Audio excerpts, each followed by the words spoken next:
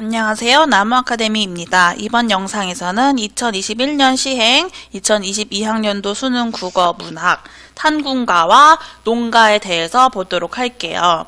탄군가는 수능 완성 실전 모의고사 2회에 수록됐던 작품입니다. 연계 작품이죠. 그런데 수능 완성을 공부하지 않은 학생이었어도 이 작품은 쉽게 읽어 나갈 수 있었을 거예요.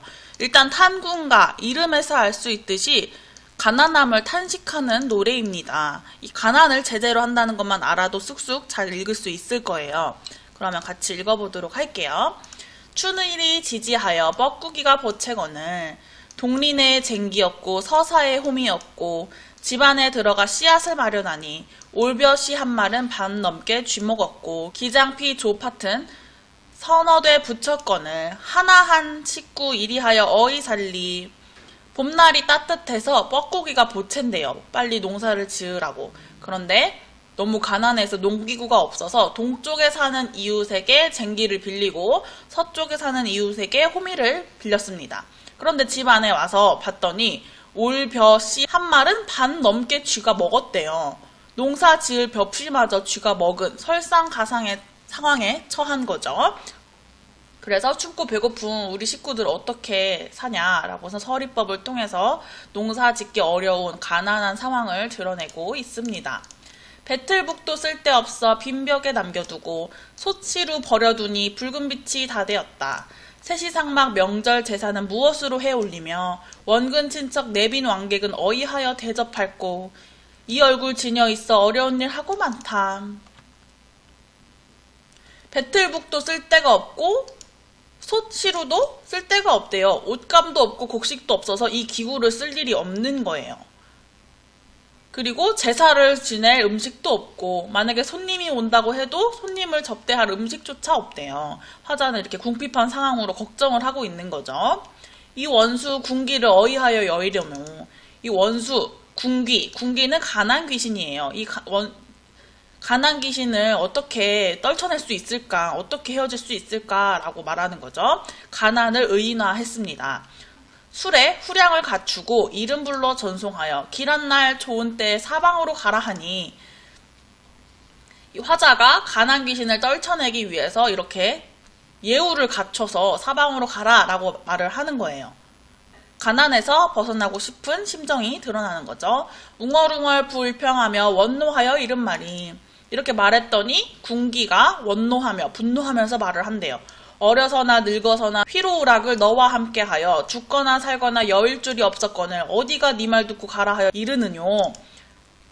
즉 너는 태어났을 때부터 나랑 계속 함께 해야 된다. 뗄 수 없다 라고 말을 한 거죠. 가난 귀신이 화자한테. 우는 듯 꾸짖는 듯 온 가지로 협박거늘 돌이켜 생각거니 내 말도 다 옳도다. 여기서 내 말은 가난 귀신의 말인 거죠. 가난에 대한 인식을 바꿉니다. 화자의 인식의 전환이 드러나요. 무정한 세상은 다 나를 버리거늘 내 혼자 유신하여 나를 아니 버리거든 위협으로 회피하며 잔꾀로 여일려나 세상은 나를 버렸는데 너는 그래도 나를 안 버렸다. 그래 너랑 나는 같이 살아야겠다라고 해서 이제 상황을 받아들이려고 하는 거죠. 하늘 삼긴 이내 궁을 설마한들 어이하리 빈천도 내 분이니 서러워해 무엇하리. 이렇게 가난한 것도 내 분수다 내 운명이다 라고선 가난을 자신의 운명으로 생각하고 수용하고 있습니다. 인식의 전환이 드러나고 운명론적 사고방식도 확인할 수 있고 표현상으로는 서리법, 체념적 어조가 드러나죠. 주제는 가난으로 인한 고통과 이를 수용하려는 자세입니다. 가난에 대해서 마냥 탄식하는 것만이 아니라 뒤에 이 인식 전환이 일어나는 것이 중요합니다.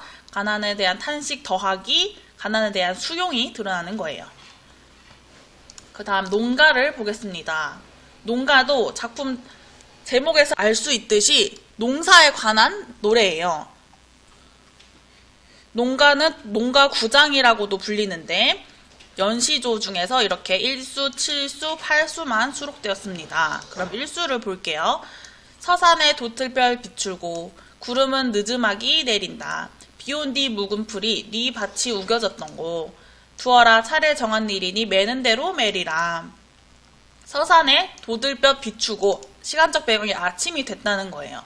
구름은 느지막이 내려간다. 구름이 낮게 지나간다. 비 온 뒤 묵은 풀, 이 단어에서 알 수 있듯이 비가 그치고 해가 나는 상황을 드러내는 거죠. 비 온 뒤 이제 묵은 풀들은 처리해야 할 노동 과업에 해당해요. 누구가 밭이 더 무거졌는가?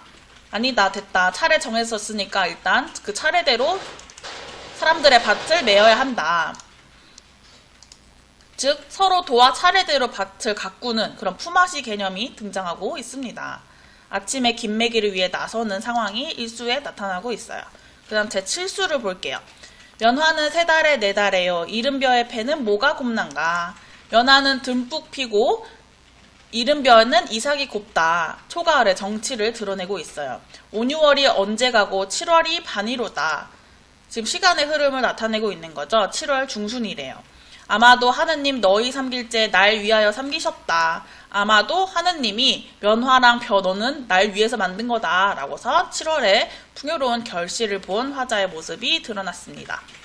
다음 마지막 탈수 볼게요. 아이는 낚시질 가고 집사람은 저리 채친다. 새 밥 익을 때 새수를 걸러서라. 아마도 밥 들이고 잔 잡을 때 흥에 겨워 하노라. 이 부분에서는 이제 가족 구성원들의 생활을 나타내고 가을의 풍족함을 누리는 화자의 태도가 드러납니다. 잔 잡으면서 흥에 겨워 한다. 이 부분에서 음주의 흥치가 드러나는 거죠. 그런데 여기서 주의해야 할 거는 화자가 음주의 흥치를 즐기고 있지만 자연을 단순히 풍류의 대상, 즐김의 대상으로 보고 있는 것은 아니라는 점입니다. 보통의 조선 전기 시조에서는 사대부들이 자연을 풍류의 대상으로 봤는데 이 시조는 그렇지 않아요. 이 시조는 자연을 땀 흘리며 일하는 농가로서 전원을 노래한 시조에 해당합니다. 이 수록된 부분은 1수, 7수, 8수인데 이 중간에 일하는 모습이 나와요. 따라서 땀 흘리며 일한 그 대가로 지금 이렇게 가을의 풍족함을 누리고 있는 것이지 뭐 풍류의 대상으로서 자연을 누리고 있는 것이 아님을 기억해둬야 합니다. 이 작품의 주제는 농사일을 하는 즐거움, 농민의 삶과 소박한 삶의 흥취가 되겠습니다. 그럼 이제 두 작품을 비교하는 문제를 풀어보도록 할게요. 4번 문제를 풀어볼게요. 영상을 멈추시고 4번 한번 풀어보시길 바랍니다.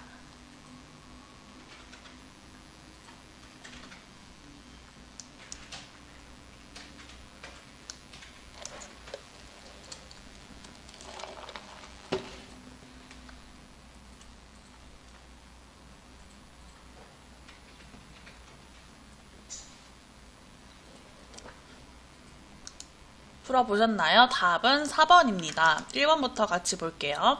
가와 나 모두 계절적 배경이 드러나고 있다.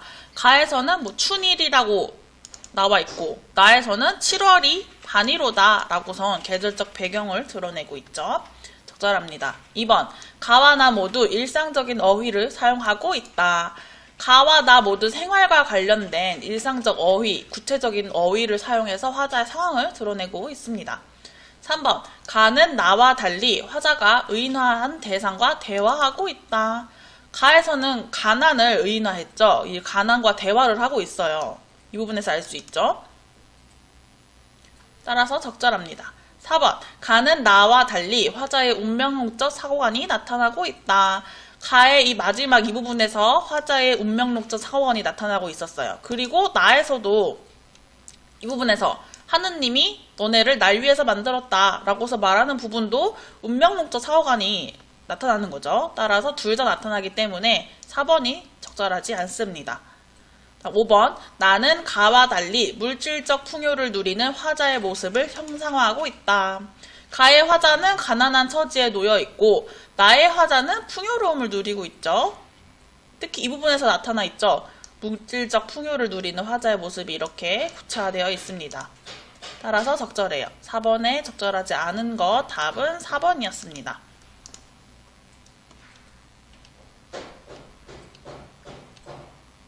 지금까지 고3 수능 국어 문학 탄군가와 농가에 대해서 살펴봤어요. 이 모든 자료는 나무아카데미 홈페이지에서 이용할 수 있습니다. 기타 궁금하신 내용이 있으면 댓글을 남겨주세요.